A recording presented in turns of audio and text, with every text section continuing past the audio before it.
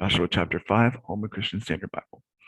All the Amorite kings across the Jordan to the west land, and all the Canaanites and kings near the sea heard how the Lord had dried up the waters of the Jordan before the Israelites till they had crossed over. They lost heart and their courage failed because of the Israelites.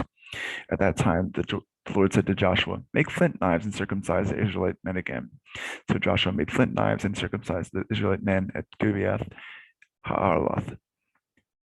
This is the reason Joshua circumcised them. All the people who came out of Egypt, who were males, all the men of war, had died in the wilderness along the way after they had come out of Egypt. Though all the people who had come out were circumcised, none of the people who were in the wilderness, born in the wilderness along the way, were circumcised until after they had come out of Egypt. After they had come out of Egypt, for the Israelites wandered in the wilderness 40 years until all the nations, men of war who came out of Egypt, had died off because they did not obey the Lord. So the Lord vowed never to let them see the land he had sworn to their fathers to give this, a land flowing with milk and honey. Joshua raised up their sons in their place, and these he circumcised.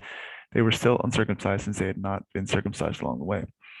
After the entire nation had been circumcised, they stayed where they were in the camp until they recovered. The Lord said to them, then said to Joshua, "Today I have rolled away the disgrace from Egypt, for the disgrace of Egypt from you." Therefore, that place is called Gilgal to this day.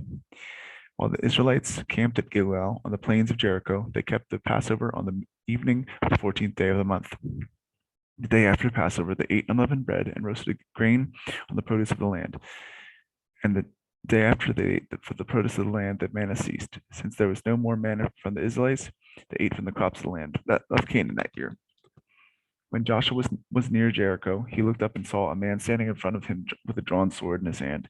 Joshua approached him and asked, "Are you for us or for our enemies?" "Neither," he replied. "I have now come as a commander of the Lord's army." Then Joshua bowed with his face to the ground in worship and asked him, "What does my Lord want to say to his servant?"